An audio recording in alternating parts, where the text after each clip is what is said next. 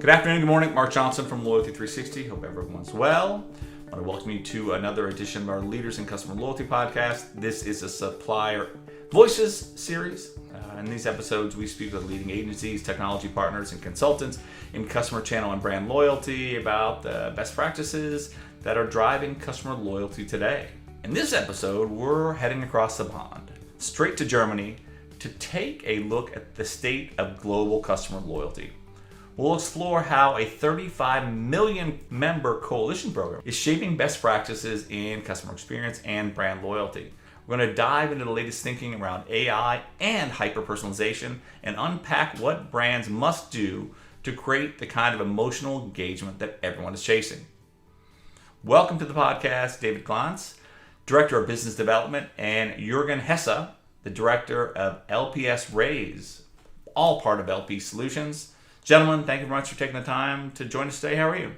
I'm fine. Thanks a lot for having us. That's good. I'm doing great. My voice is a bit bad today, but we will manage. The accent, I always love kind of the German accent. It's powerful, I think. You sound smarter just having the accent. So you do that in Australia. I'm not sure if I would agree with that one, but okay. If you say so. To start off, for those who may not know, can you tell us a little bit about LP Solutions? What does the company do? What clients do you serve?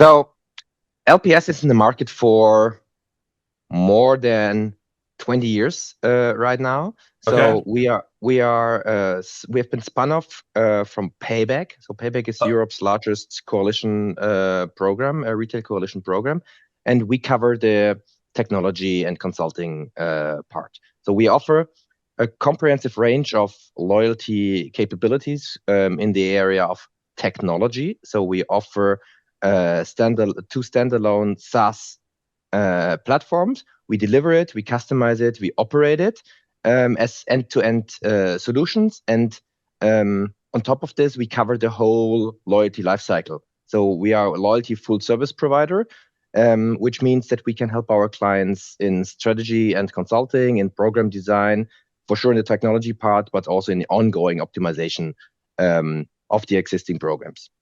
We have clients, so in the airline and travel industry. We have clients in the retail industry. We have clients in the railway industry. And but what makes us unique, so whereas some others coming more from a tech company part, we cover technology plus consulting plus the loyalty business know-how we inherited from Payback. So this makes us a bit unique. So we have the technology, but we also know how to make loyalty commercially successful, and that's what our clients like and how we can support them. Okay, you mentioned there real quick that you know how to make customer loyalty successful. There's a kind of a bit of a challenge right now we're seeing in the U.S. We're going to talk about it at the conference coming up, both in the spring and the fall, about the CMO-CFO divide, right?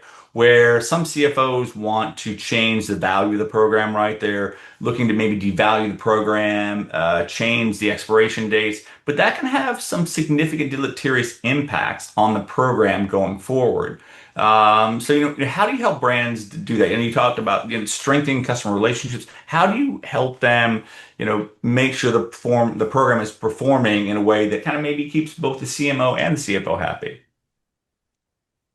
I think maybe it's more a question for David, because it's more prevailing currently in the airline industry, where we have this discussion.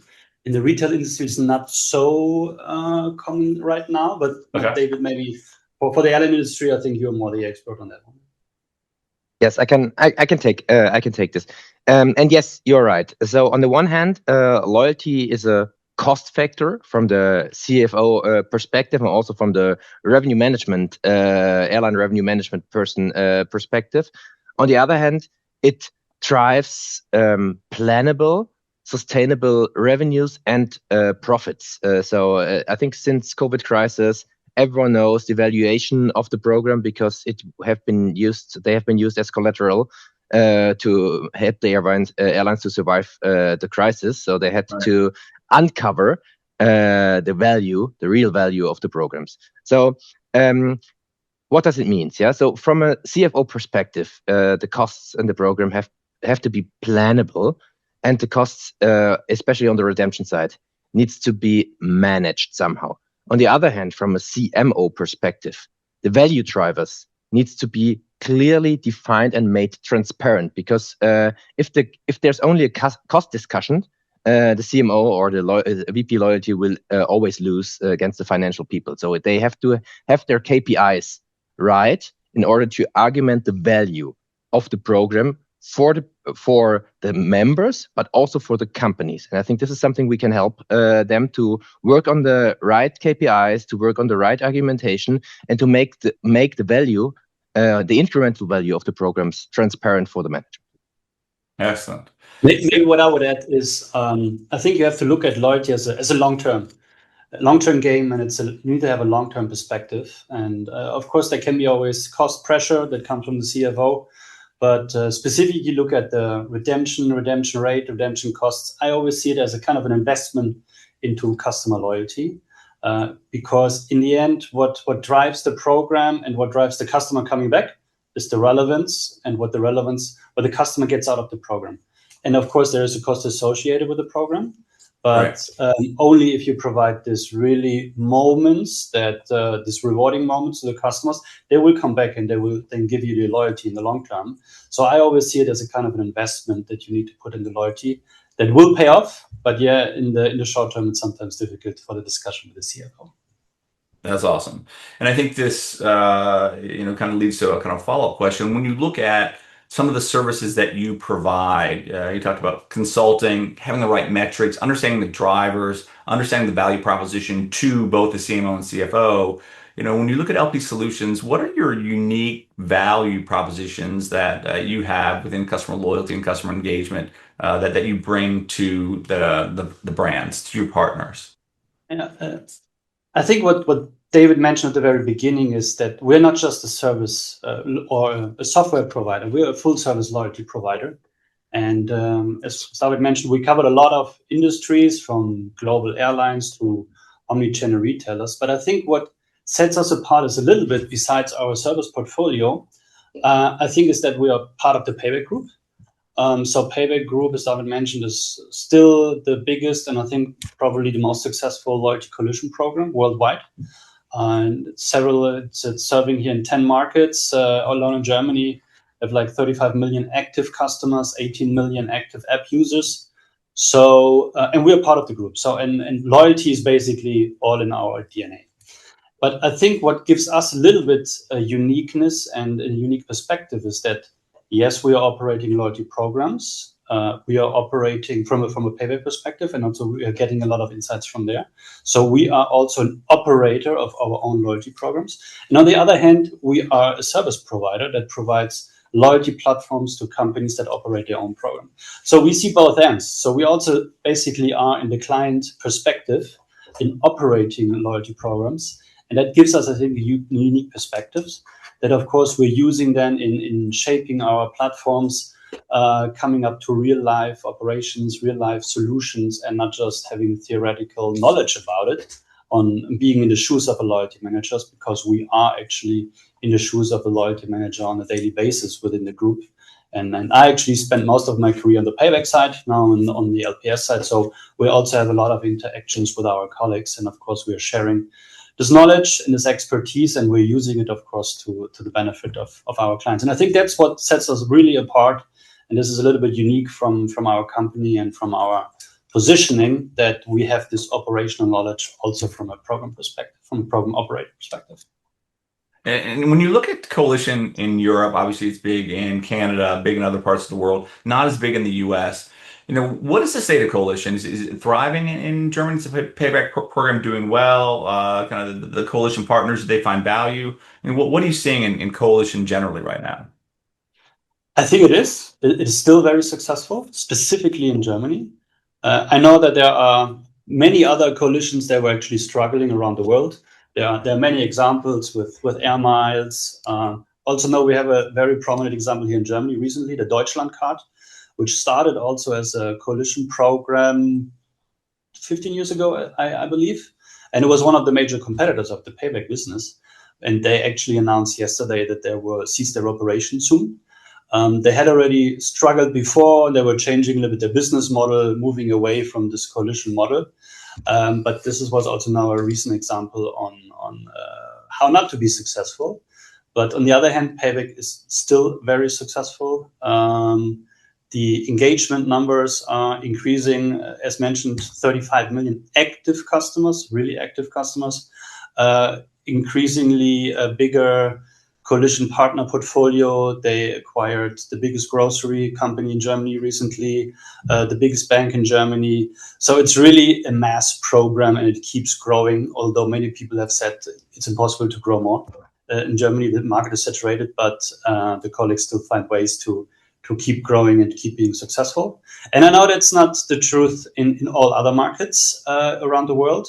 So as mentioned, there are prominent examples around the world where the coalition has not been successful. But Payback is definitely a little bit the unicorn that stands out there. And I think one of the major differences is on the business model that the points is not part of the P&L. So points is really just a clearing mechanism between the partners. And in the end, what it brings to there is no cost incentive for Payback to have points expiry. So in the end, what it means, Payback as an operator is driving the redemption. And that comes back to my point, what I mentioned before. It drives redemption and has a very high redemption rate of constantly having 94, 95% of the points that get issued gets also redeemed. So the customer is really seeing this value that they're getting out of the program. And I think that's really together with this giant partner portfolio and the daily relevance that drives the Payback business and the success of the Payback business. Okay, excellent. When you look at LP Solutions, you've talked a little bit about it, full service offering, right? Technology, you have the strength of Payback, you have kind of the great relevance and understanding how programs should work. Competitors are kind of shutting down. When you look at kind of a brand's broader customer loyalty and customer engagement strategies, what kind of solutions are you seeing now that are creating the most impact for your clients? First of all, we're coming from the technology side, yeah. So this is our core product. So today we have two platforms in place. So one is represented by Juergen for the more retail-oriented businesses, and the other is represented by me for the more advanced. I think this is the base layer of our services where we can help our clients. And both of these, they are built modular. So this is a pick and choose model. So the clients only have to pay for what they are using. So for sure, there are always core modules, which is a must-have. But on top of these core modules, the clients have the choice and only pay for what they really need. And on top of this, our clients can decide for additional business services. So be it some operational services helping them to be the partner of choice in their loyalty business configuration, loyalty business process management, or be it some consulting services. And I think this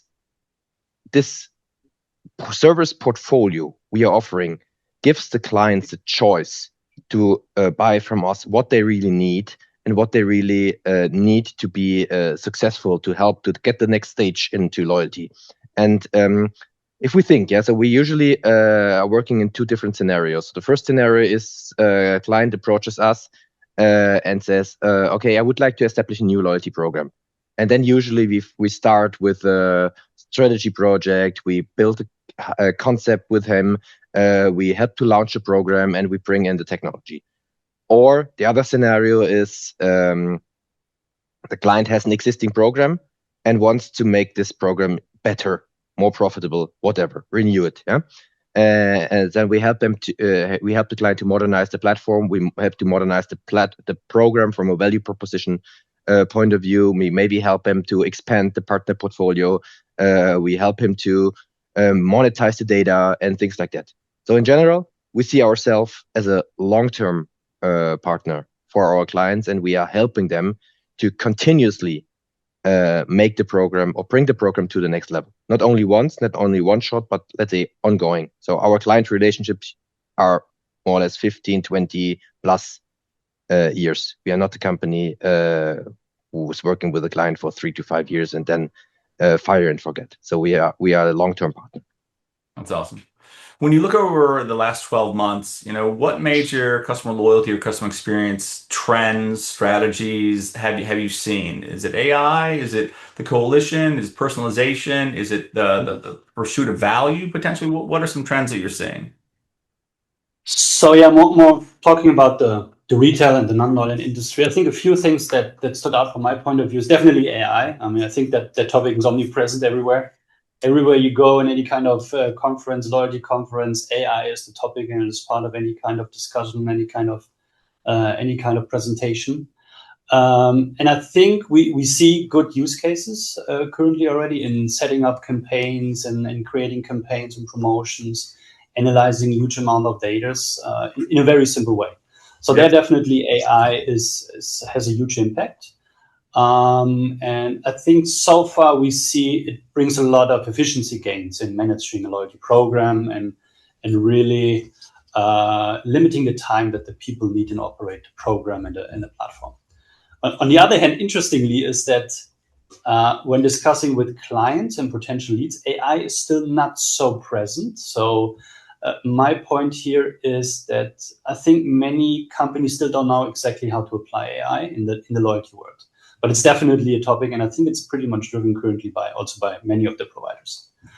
Another trend that I've seen is combination from transactional and emotional loyalty. I think that has been around also for some time, but also I've been in a loyalty conference 2 weeks ago here in Germany. Emotional loyalty was also a very present topic.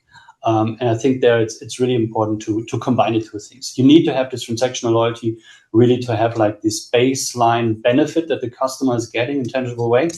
And then, of course, if you need to, in order to have a long-term customer loyalty, you need to tap in also on the emotional side in the relationship with the customer. And then, as you mentioned, personalization. Personalization has been also around for many, many times. And we are getting now into a phase where we see hyper-personalization.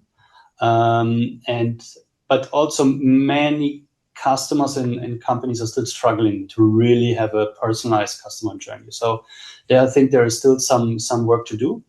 And I think specifically when we're thinking about also, when we're looking at it from the customer point of view, I mean, the customers are not stupid. They know that when they are participating in a loyalty program, they give the data and in return, they want basically the benefits, be it either transactional, tangible or intangible. So they know that the companies are working with their data, they're analyzing their data, but then also the expectation, of course, when the customers are rising in the level of personalization, that they're saying, okay, if I already provide my data, then I also want that the company, the operator of the loyalty program, really understands me and provides something to me that is relevant and it is really focused on my individual preferences and needs. So there, I think also coming from the customer point of view, the expectations are rising towards personalization. This one size fits all. I think that is definitely in the past. But I think there is still some catching up to do on really delivering a personalized message away from just tagging the name, but really getting into the hyper-personalization part. So this is still a topic. And then customer centricity. So it goes in the same way, like individual loyalty, giving the customers options. So we know that customers, you don't have a one-size-fits-all approach. So why don't you give the customer a choice? What kind of benefits he wants? And I think one of an example that we see recently is Alaska Airlines, one of our partners, that they now provide individual choices when it comes to the status level. So I think this is also an interesting move on individualizing not just the communication, but also the benefits and the value proposition of the program on targeting individual needs. Absolutely. So you talked about hyper-personalization. That was something that was a big focus a couple of years back. It's definitely coming back again, but it was something everyone was talking about, hyper-personalization. It died on the vine, but it's definitely coming back this year. But you need technology to be able to do that, correct? So Yeah. the right technology, training, making sure everyone understands it, whether it's from clienteling or that CSRs having the right data. So how should brands, or are there certain types of technology brands should be leveraging to get to hyper-personalization? So I think that first of all, you need to have a modern loyalty stack or a modern tech stack. I think that is definitely clear. And when it comes with it, you need to have this unified view on the customer. There we still see a lot of silos that are in many companies that really have their customer data and the data related to customer behavior sits across various silos, various systems. So you need to have a good loyalty stack in order to bring it all together. That's the baseline. If you don't have that, I think hyper-personalization will never work. And then, of course, on the other side, you need to have a good promotion engine that translates these customer data into then real action when it comes to promotion, when it comes to incentivization levels, and so on. And I think the technology is there. You just need to bring it together and use it. And I think then you have a lot of capabilities that are interesting also, not just from a loyalty perspective, but then also catering the CFO part and make him happy.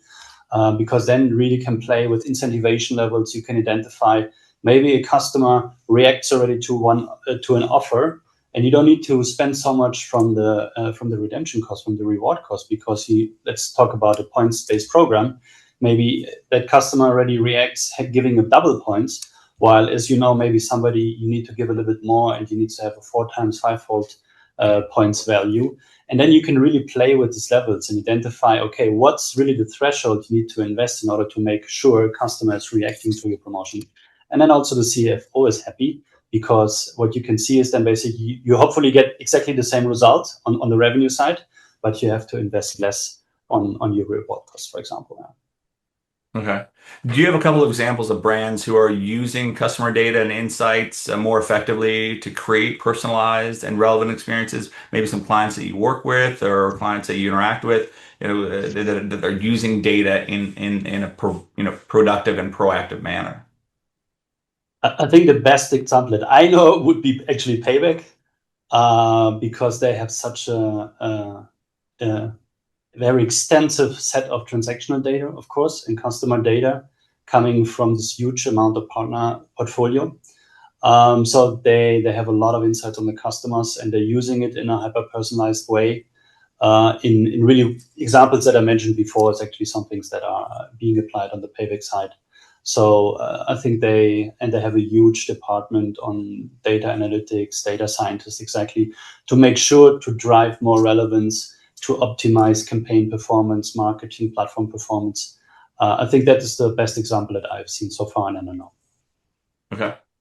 Also from a US perspective or from your airline perspective, we are working for Alaska and for United, and I think both of them, yeah. So Alaska, after the merger with Hawaiian and the new program they recently launched, and with a very unique value proposition that you can on a personalized way.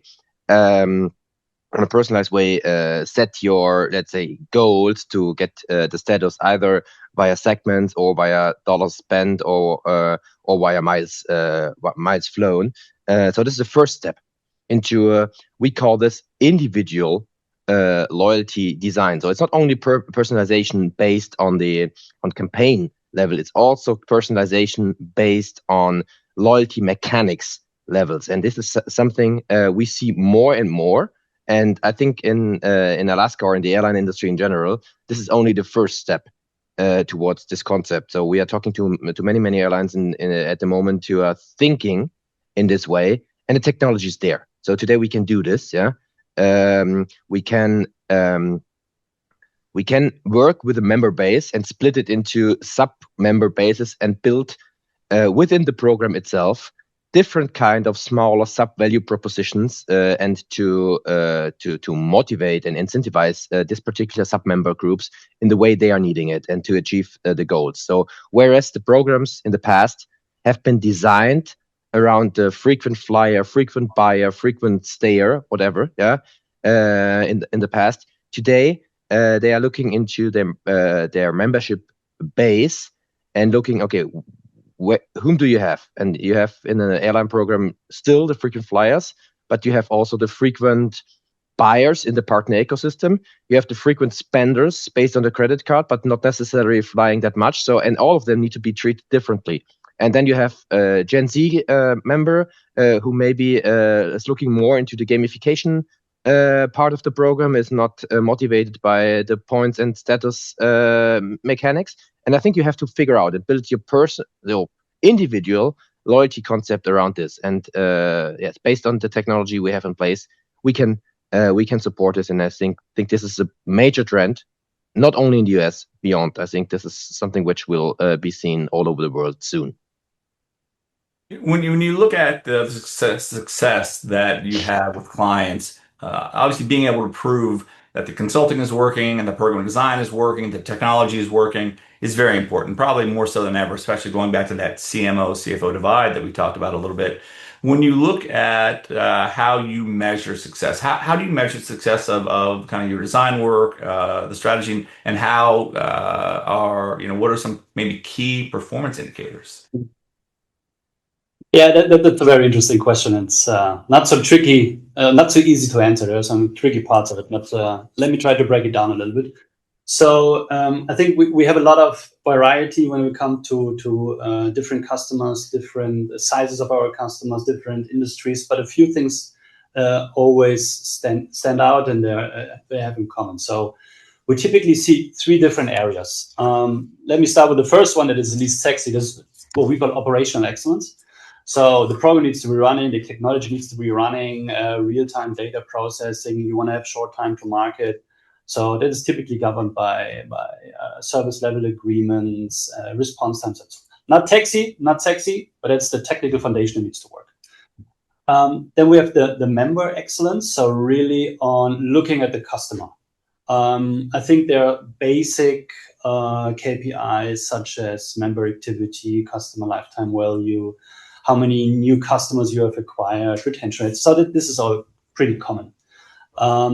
Then we see engagement rates. So specifically in the digital channels, how many times customers are coming, engaging with you digitally and logging in, opening apps, and so on. But I think I would highlight two actually that stands out a little bit, and I think that are for me critical in really making sure the loyalty program is successful. And the first one is one and done rate. So customers are interacting once, coming once to a loyalty program, typically attracted by a huge sign-up bonus, and they never come back. So we see that quite often. And I think here it's really important that the loyalty managers are focusing, having a good strategy, and to drive the customer really to come to a second, to a third transaction or engagement, or depending on what kind of program it is. But currently I see that really many loyalty managers are focusing on bringing customer into the program, but then lacking to bringing really this first step to bringing into the first, second, and third transaction. So one and done rate is definitely one topic that you need to bring down. And the second one is, and I mentioned it already before, is for me is redemption rate. So redemption rate is critical because, as mentioned, it caters to the relevance of the program. If the program is not relevant to the customers, it will not be successful. The best way for me to measure customer relevance is the redemption rate. So it doesn't need to be necessarily in a points-based program where it's very easy to, of course, to measure, but it can also be how many customers are reacting to your campaigns, how many are really then redeeming certain amount of rewards that you're offering. And that's more the member side. And then to come also to make the CFO happy, it's the commercial aspect. And that's definitely the most tricky one, I would say. So a loyalty program, it's not an isolated area within the company, and the customer behavior gets influenced with various internal and external factors. So it's not so easy to really identify what's the incremental impact of a loyalty program on your P&L. One side, the cost side, is, I would say, rather easy and feasible to measure on a loyalty program. But the tricky part is, of course, the other side. So the positive impact on the incremental revenue and the profit. But there are some indicators and indications that some of our customers are using. I think the rather simple one is you compare the two big different customer segments. Customers that are within your loyalty program and customers that are not within the loyalty program. And of course, very simple ones like sales frequency, average order value, shopping basket, and so on. That works very well in the e-com business, where you have an online account and then you can make this comparison. And it lacks, of course, in the offline world, in the retail brick and mortar store, where you don't have this data on non-loyalty data. So that's a little bit tricky there. But at least it gives you an indication if you have the possibility to do so. And then I would say the another way to look into incremental revenue and to try to establish the program ROI is definitely the key challenge is attribution now. So you really need to estimate what kind of customers would have come without the program versus they wouldn't have come when you have a program. So this what if analysis, and I think this is definitely a trigger part to kind of identify this kind of behavior. And here companies that can use either long-term control groups or holdouts where basically actively they are not engaging within the program or not actually participating within the program to see really what's the incremental revenue and the impacts the program really had on the customer behavior. There are chances and there are ways to measure and look at the pre versus the post behavior when implementing a program, and some companies can do that. They either, if you have a customer history, then it's rather easy to do so. So you measure and you look at how was the customer behaving and interacting with you before he launched and he participated in the program versus afterwards. Again, easier in the e-com business, not in the real world. But there are other ways also to measure that. So what we have seen, for example, with some companies or isolated companies is they are working with market research companies. So there are like retail services and companies that are measuring the retail transactions here in Germany. So they have like a basket and then you identify yourself also within your shopping. So they measure basically on a household level all the expenditures.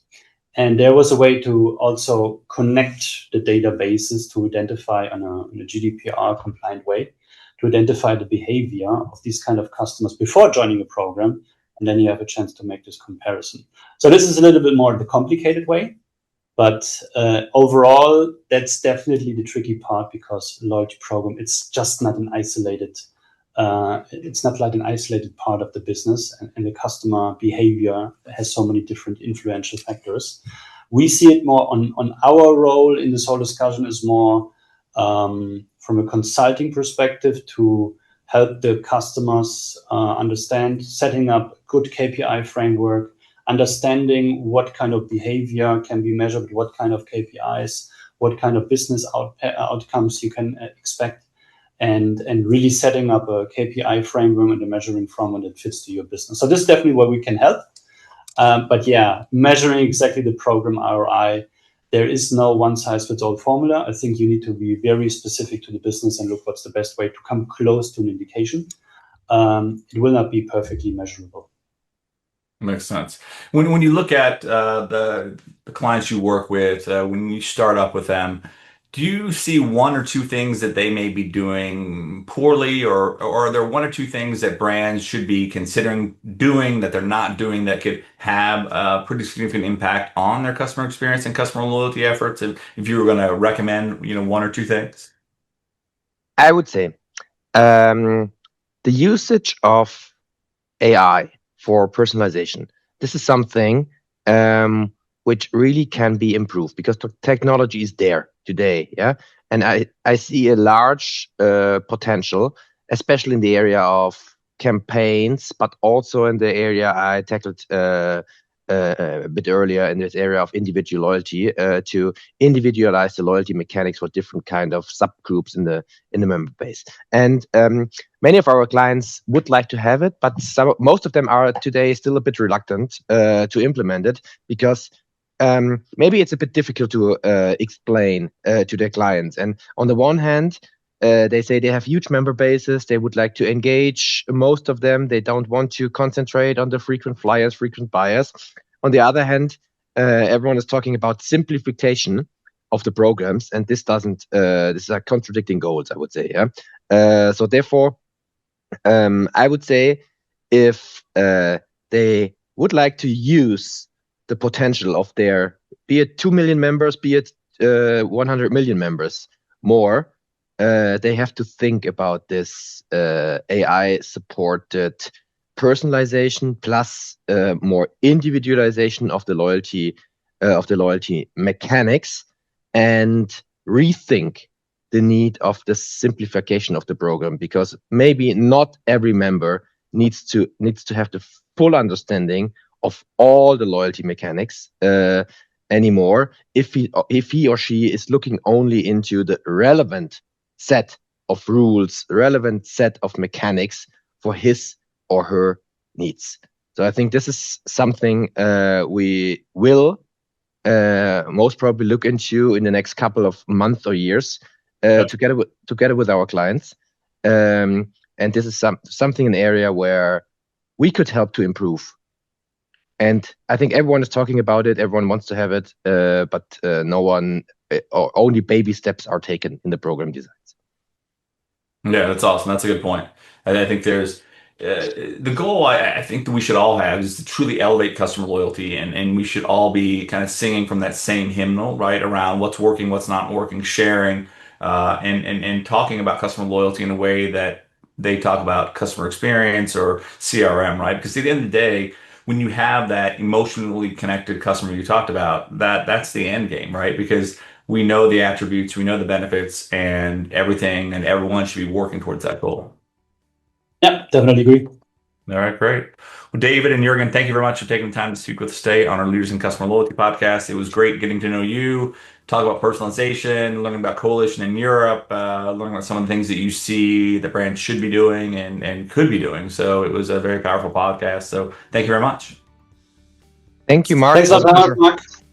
Likewise, bye-bye. I also want to thank everyone for taking the time to tune in to our Leaders in Customer Loyalty series, especially the Supplier Voices podcast. If you haven't already, please subscribe to the Leaders in Customer Loyalty podcast below, and follow Loyalty 360 on YouTube and LinkedIn. The links are provided below again. And also, again, join us every Tuesday for a new edition of our Supplier Voices podcast. Until then, have a wonderful day.